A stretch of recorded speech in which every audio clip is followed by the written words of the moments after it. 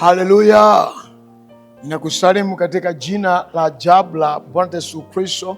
Siku njema tena hii ambayo Mungu ametupa, na tunapoungana tena nikukaribisha kushiriki neno la Mungu la uzima siku leo kupitia channel ya The Divine Bread.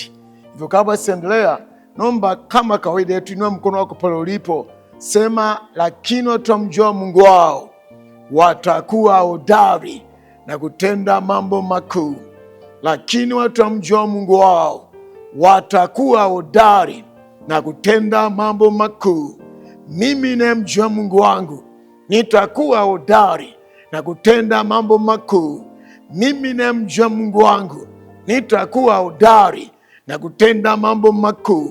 Yesu Kristo ni yeye yule jana na leo na hata milele. Yesu Kristo ni yeye yule jana na leo na hata milele. Amen. Leo naomba tushiriki na Mungu toka kitabu cha Kutoka mlango wa 4. Kitabu cha Kutoka mlango wa 4, tutasoma kuanzia mstari wa 10 mpaka wa 17. Kutoka mlango wa 4 kuanzia mstari wa 10 mpaka 17. Tuombe. Baba Mungu, nakushukuru kwa jina Yesu Kristo aliye hai. Asante Mungu wetu kwa siku nzuri tena ya leo uliotupatia fursa kusikia neno lako la uzima. Mungu, naomba nitumie mtumishi wako ili kunena na watu wako. Mbariki kila mmoja ambaye anaungana nami kusikia neno lako, mfalme wa milele.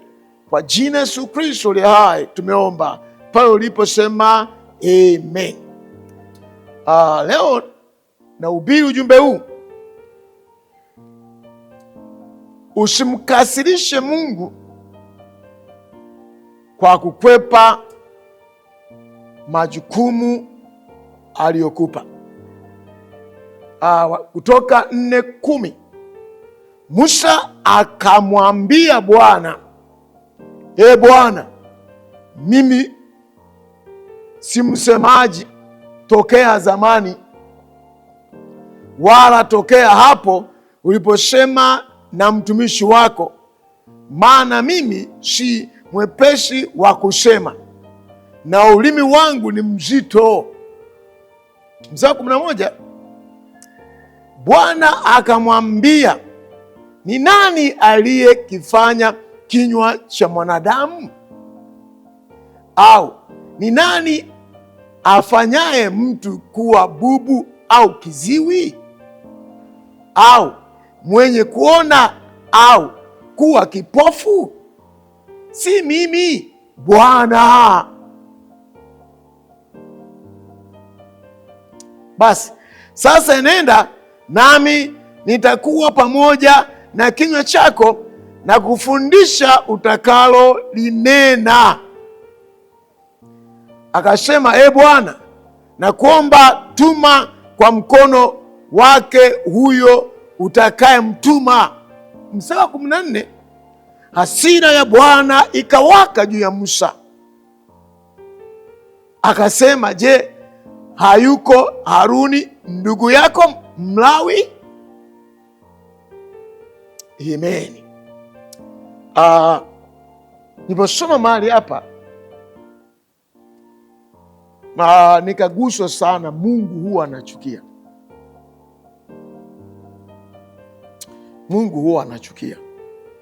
Naomba nikukumbushe wewe mpendo unanisikia siku leo, Mungu huwa anachukia. Mungu huwa anachukia.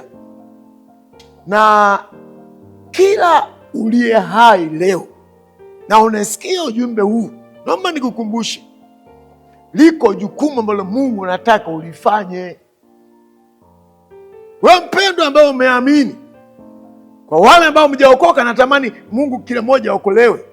Lakini kumbushe wewe ambaye kabisa umeokoka, uko hai leo, nikuambie na Mungu ananena na wewe, liko jukumu ambalo Mungu anataka ulitimize. Liko jukumu la Mungu. Hatuishi kuishi tu, hapana. Liko jukumu, iko kazi Mungu anataka akutumie uweze kuitimiza. Jihadhari, usimkasirishe Bwana kwa kukwepa jukumu ambalo Mungu anakupa. Jihadhari, unaishi leo, uko hai leo, liko jambo, liko kazi, liko jukumu ambalo Mungu anataka ulifanye. Amen. Mpendwa, hebu tafakari. Mungu anataka awakomboe wana wa Israeli. Mungu amemtunza Musa mpaka amemficha kwenye mto Nile, amemficha, amemhifadhi. Wakati Farao ameamuru Waisraeli watoto wa kiume waue, lakini bado Mungu amemhifadhi. Kwa nini? Anajua liko jambo ambalo nataka mtumie. Na wewe unanisikiza leo, mimi sijui una miaka mingapi, sijui, lakini nataka nikwambie Bwana amekuhifadhi, amekutunza mpaka leo. Iko kusudi ambalo Mungu anataka ulifanye, anataka ulitimize. Halo, hebu fikiria wewe baba, wewe mama, wewe mpendwa, Roho Mtakatifu akusaidie na aseme na wewe, liko jukumu. Napokumbuka Musa mpaka amehifadhiwa, mpaka ameenda kulishwa, haleluya, kutunzwa kwenye nyumba ya mfalme ambaye alikuwa na huo, bado Mungu akamuingiza, akakuwa kule, akafundishwa kule, akaandaliwa kule. Huyu Mungu ni wa ajabu sana. Nami nakuambia leo, najua wewe sio Musa, lakini najua Mungu ana jukumu, ana jambo na maisha yako, anajua. Ndio maana mpaka leo uko hai. Mungu anamwambia Musa, anamtuma ili aende akawakomboe wana wa Israeli, akawakomboe kutoka utumwani. Hiyo ndio jukumu ambalo Mungu ameliweka mbele yake. Amemtunza, amemhifadhi, amemlea, amemfundisha mengi, amemhifadhi. Si Mungu amekuponya katika mambo gani? Wewe unajua Mungu amekutunza kutoka magonjwa mbalimbali, amekuhifadhi, amekushika mpaka leo. Wengine amewapatia elimu, amewapatia fursa, amewapatia nguvu, amekupatia afya, amekupa hivyo ulivyo. Nataka nikwambie Bwana ana mpango na wewe. Liko jukumu ambalo Mungu anataka alitimize kupitia maisha yako. Acha kumkasirisha Bwana. Musa, mstari wa 10 nimesoma hapa, narudia.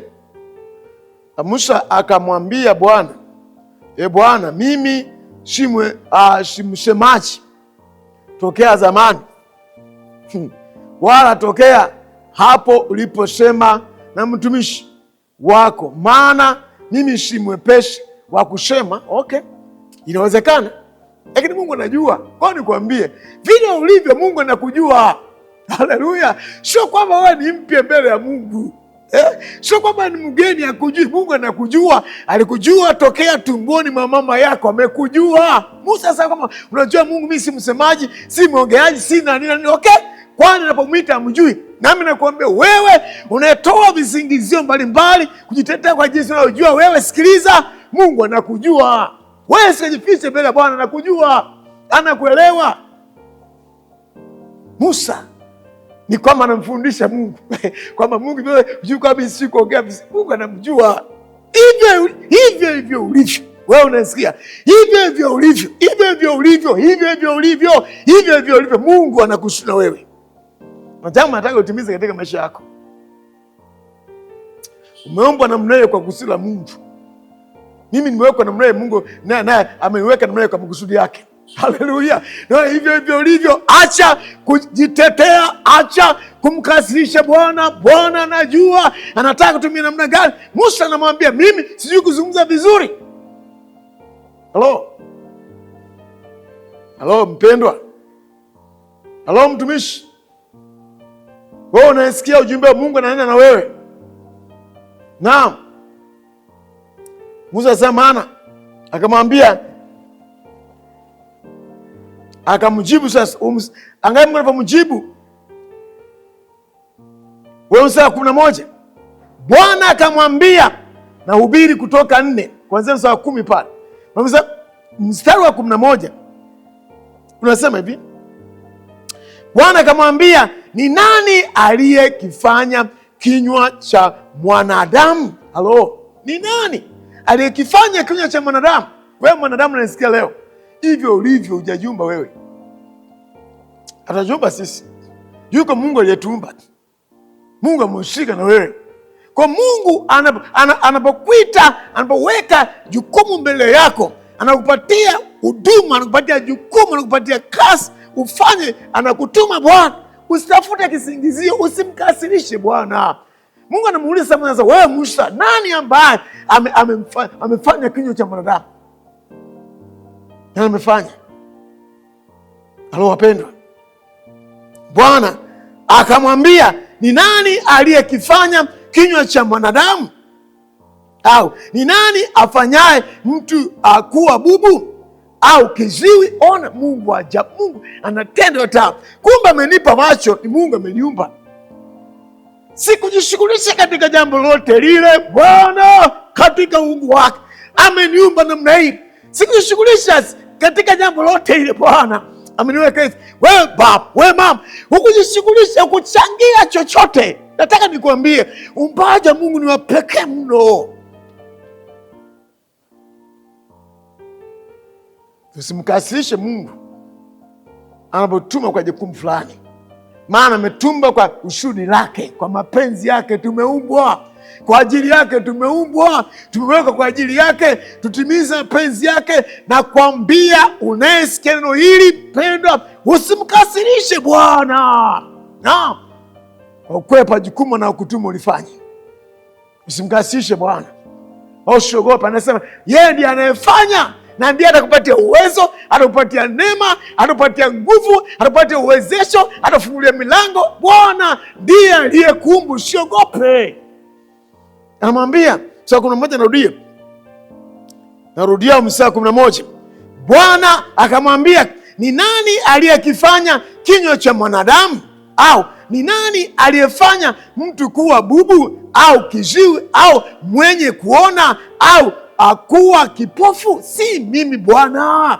Halo, anamwambia si mimi Bwana. Nakwambia mpendo, wewe kaka, wewe dada, wewe mama, vile ulivyo Mungu amekuweka. Nenda katimize kusudi la Mungu. Acha kukwepa, acha kusingizia. Musa asema kwamba mimi sisemi vizuri, ulimi wangu ni mzuri. Nasema wewe Musa, nani aliyekuumba? Mimi nikwambia leo mpendwa, jihadhari sana. Tusikwepe majukumu ya Mungu. Tusingizie, tusikwepe. Halo, wengine wamejaa kuahirisha. Unaahirisha leo, unaahirisha kesho, unaahirisha, siku zinaenda, kesho unaahirisha, mpaka unamchukiza Bwana. Ananena wewe kabisa wazi wazi, umejaa maahirisho. Njaa kuahirisha? Hapana. Mungu ana wakati wake. Haleluya, ana wakati wake pia. Wewe umeahirisha mara nyingi, na mwingine ni mwaka wa 5 Mungu ameendelea kusema na wewe, mwaka wa 10 anaendelea kusema na wewe, bado unaahirisha. Utaahirisha mpaka lini pendwa? Pia hayo yanamchukiza Bwana. Ikiwa Mungu amenena wewe, iko wazi, umeelewa, toka, inuka, nenda katimize kusudi la Mungu. Kalifanye, utabariki moyo wa Mungu. Utasita mpaka lini? Halo, wengine mnatawaliwa na roho ya kusita. Utasita mpaka lini? Utasita mpaka lini? Utasita mpaka lini? Bwana anaponena na wewe, unahakikisha kama ni ujumbe Bwana kabisa. Toka, inuka, simama, nenda katimishe. Musa anajitetea. Mungu ananena naye, anamwambia Musa, sikiliza, nani ambaye anayefanya mtu aongee? Nani ambaye anafanya mtu aone? Nani anayefanya mtu awe kipofu, awe kiziwi? Nani? Ni Mungu. Nisikize mpendwa yako, utataja Mungu. Mungu anajua. Nami nakuambia leo hii, tusimkasirishe Bwana. Nenda katimize kile ambacho Mungu ananena na wewe, kile ambacho Mungu anakuagiza, nenda kakitimishe. Bwana ni mwaminifu, atakutokea. Hatufanyi kwa uwezo wetu, haleluya, tunafanya kwa neema yake mwenyewe. Kwa kumtii Mungu tutamwona Bwana, na Bwana atakwenda kututumia. Nisoma hapo mbele, nimekwambia Mungu anakasirika. Mungu ni wa upendo, Mungu ni wa huruma, lakini pia Mungu ana hasira, anakasirika. Mungu anachukia wapendwa. Tusimkasirishe Mungu. Tumeomba kwa ajili ya Mungu, tuwe baraka kwa Mungu, tumfurahishe Mungu wetu. Haleluya. Mungu aliusifia moyo wa Daudi akasema, I've got a person after my own heart. Yaani akasema nimempata mtu ambaye anaufurahisha moyo wangu. Mungu anafurahi. Haleluya. Tani kwambia Mungu anafurahi. Haleluya. Huwa anafurahi. Tukimkasisha anakasirika. Angalia hapa. Halo. Haleluya. Mstari wa 12. Basi sasa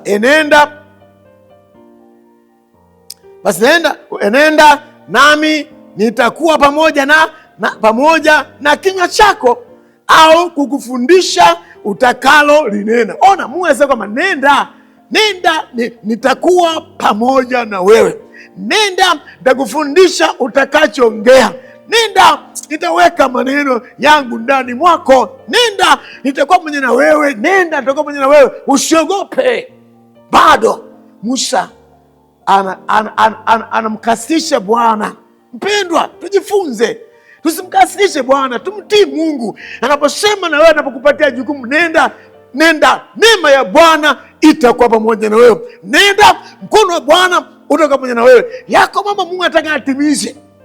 Mungu aliona mateso ya wana wa Israeli wanateseka, anataka watoe kule. Wengine hapa mna vipawa, Mungu anaachilia vipawa, anaachilia neema, uwe msaada kwa watu. Anajua uliumbwa uwe msaada, uwe baraka. Kuna Mungu amewekeza ndani mwako kwa ajili ya utukufu wake. Mungu alimhifadhi Musa mpaka Mungu akamlisha katika nyumba ya Farao. Kuna mwingine huko mahali hapo ulipo, ni mpango tu wa Mungu. Mungu ana mpango na wewe.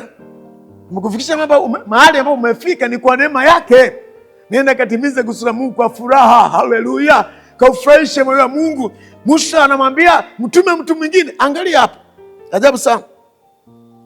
Mstari wa 13. Akasema, Bwana, nakuomba tuma kwa mkono wake huyo utakayemtuma. Mungu anamtuma yeye. Hapo anamwambia Mungu tuma mtu mwingine. Hapana. Nakwambia kila mmoja ameumbwa kwa kusudi fulani. Kusudi lako linaombiwa na Bwana, tii, nenda kafanye.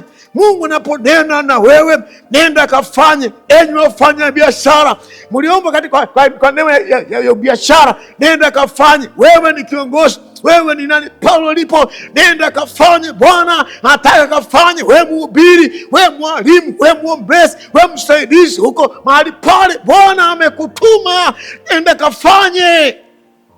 Haleluya. Nenda kafanya kwa uaminifu. Mungu akasirika. Saa 13, narudia. Kuna wengine sema Mungu akafanye fulani. Mungu mimi sio mimi, labda ni fulani. Hapana. Mungu anapokuita usiete visababu vya kukwepa jukumu la Mungu katika maisha yako. Nenda kafanye. Mungu amekumbia, kwa hiyo na iko neema ya kusaidia. Akasema, Bwana, nakuomba tuma kwa mkono wake huyo utakayemtuma. Hasira ya Bwana ikawaka juu ya Musa. Akasema, hasira ya Bwana ikawaka. Mungu anamtuma, anasema kama mtume mtu mwingine. Halo. Mungu anapoweka jukumu juu yako, lifanye. Usikwamishe kazi ya Mungu. Mungu anajua wewe ndiye mama, wewe ndiye baba, wewe ndiye. Haleluya. Ezra wakati anaomba wakamwendea wale Wayahudi, akasema wewe ndiye Ezra, nani mwingine? Ni wewe. Nami nakuambia wewe, mwingine umeinuliwa na Bwana. Wewe ndiye. Acha kumsukumia mtu mwingine mzigo mwingine ambayo sio wa kwake. Acha kusukumia mtu mwingine jukumu ambayo sio la kwake. Wewe ndiye. Bwana amekuita, amekumba namna hiyo. Mungu amewekeza vitu vingi kwako, amekumba hivyo ulivyo, ndivyo ulivyo kwa makusudi ya Bwana, ili utimize kusudi la Mungu. Atimize mpendo. Usimkasirishe Bwana kwa kukwepa jukumu ambalo Mungu amekuitia. Hapana, katimize kusudi la Mungu ambalo Mungu amekuitia. Mungu ni mwaminifu. Kuna mtu mwingine Yona. Katika kitabu cha Yona, Yona pale moja. Sasa kwanza nianze pale. Basi neno la Bwana lilimjia Yona mwana wa Amitai. Yaani Mungu ananena naye, anampatia jukumu. Yona akafanya hivi. Kama ulivyoambia wewe unanisikia leo, Mungu atanena na wewe, atanena na wewe. Usisite mpendo, ananena. Mungu ananena na wewe, Mungu ananena na wewe. Nashuhudia jambo hata kama wewe ulinitendea hivi, lakini mimi najua ni Mungu alikutumia. Nikumbuka miaka kadhaa iliyopita, nilikuwa kwenye ibada ya kawaida. Kumbuka ilikuwa Jumatano, nimebaki dakika chache nianze ibada. Nikaitwa na kwamba kuna mgeni ananisubiri nje, lazima aonane na mimi. Nikaenda, nikaenda ofisini kwangu hapa kanisani.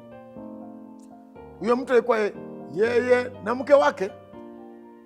Wakaniambia, bwana, Mungu amewatuma. Nikamwambia, amewatuma nini? Wakasema, yani wakaniletea faili ya gari na ufunguo na gari, wakapakia hapa nje uwanja wa kanisa. Wakasema, bwana, Mungu ametutuma, gari hili hapa na ufunguo hapa, ndicho alichojia. Nika so surprised. Ajabu sana. Mungu ni waajabu sana. Sio jambo rahisi. Mtu anabeba gari yake anakuletea, ameambiwa na Mungu. Hiyo jambo ni kubwa mno. Natamani tukue namna hiyo. Nashukuru Mungu amewabariki, wana vitu vingi amewabariki, na wajua. Nifika nimeombea, Mungu amewabariki sana. Namshukuru Mungu kwa ajili ya hiyo. Lakini pote niyojifunza ni hii.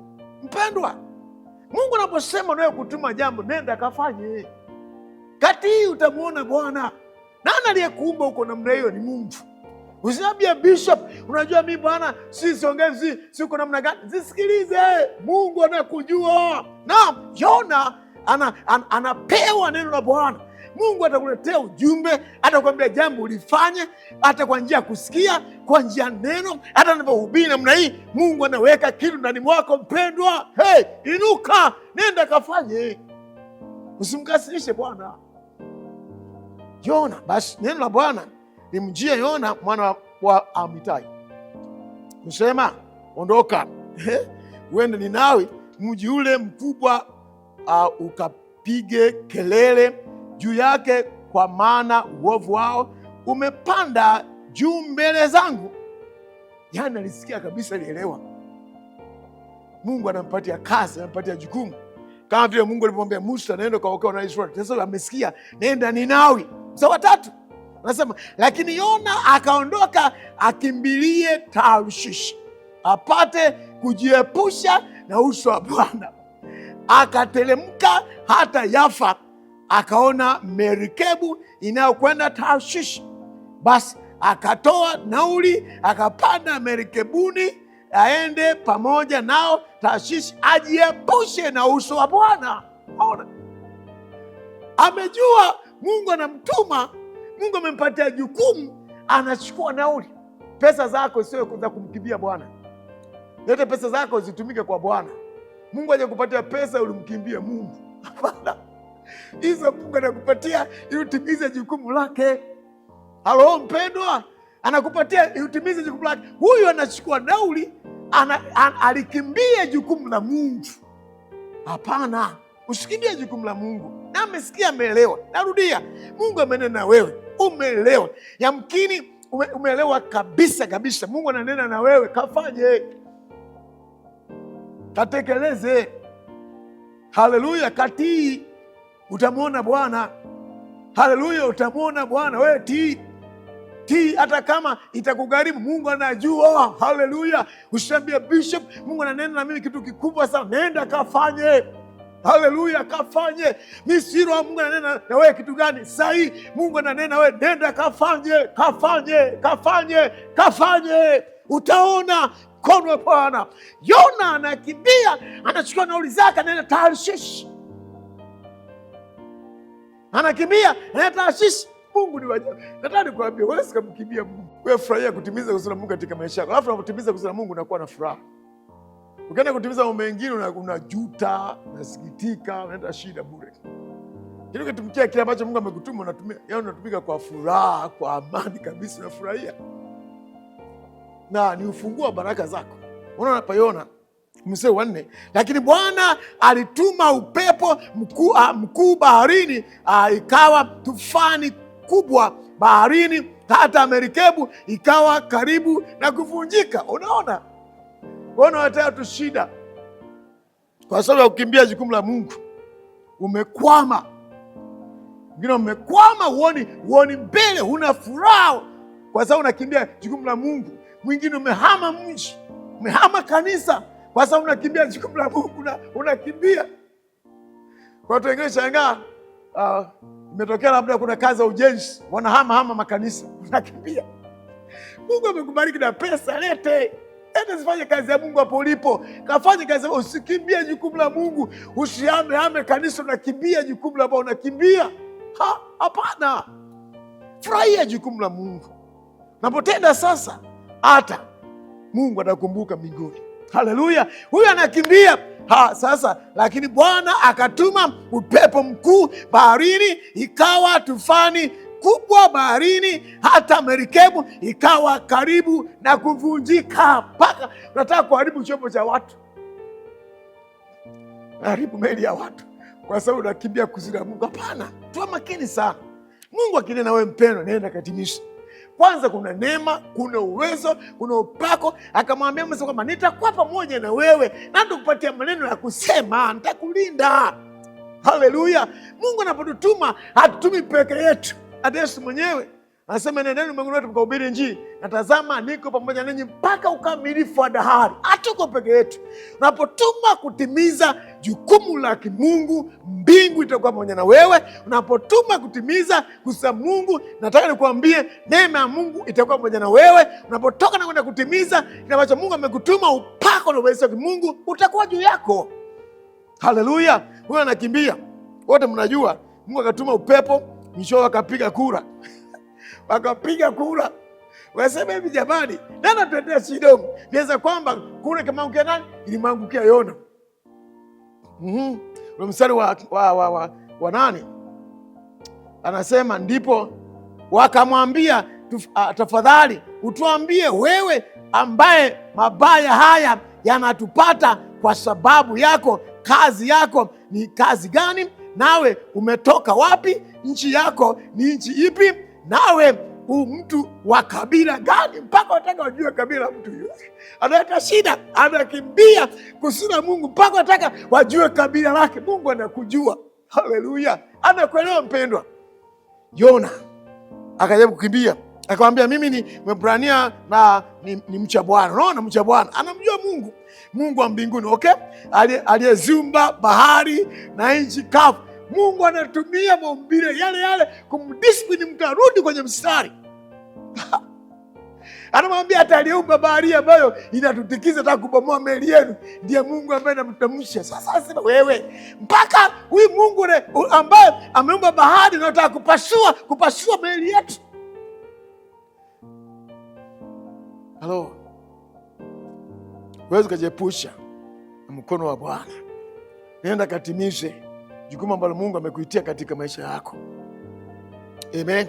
Na wakawambia, wakamuuliza tufanye, wakawaambia nikamateni, nitumbukizeni kwenye bahari hii inaleta shida hii. Nitumbukize huko. Mimi ndio mwenye shida.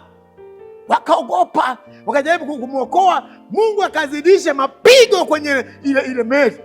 Wakasema Mungu tusamehe, akamchukua. Bahari katulia.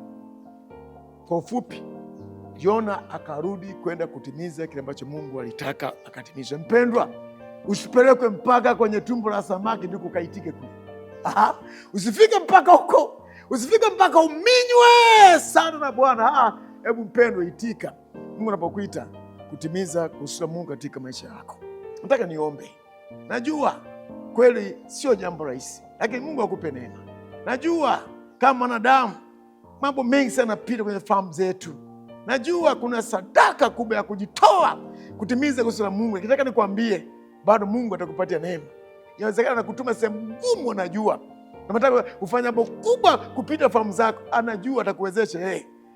Anakuambia utekeleze jukumu ambalo kabisa mpendwa litakugharimu, lakini maadamu limetoka kwa Bwana, Mungu atakusaidia, atakuwezesha, utafanya na Mungu atatukuzwa na utabarikiwa, na utabarikiwa baraka nyingi mno kwa sababu umetii ile jukumu ambalo Mungu ameliweka katika maisha yako. Tuombe.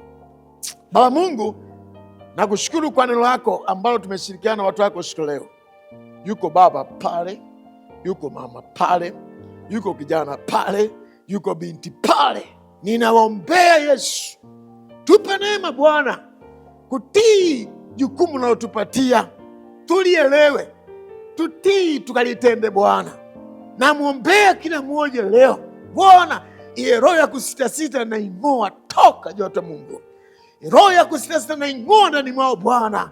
Ninawaombea neema ya Mungu mfalme mbinguni Bwana, ya utii ya kufanya Baba Mungu na aweke tuyafanye, ili Mungu tukuze kupitia maisha yetu Bwana. Baba, nakushukuru kwa na kuamini Bwana kwamba iko neema itakayotuwezesha kutimiza jukumu la kuhusu maisha yetu ambalo umeliweka kwako kwetu mfalme mbinguni, ili utukuzwe wewe. Katika jina kuu la Yesu Kristo nimeomba na kuamini. Pale ulipo sema amen.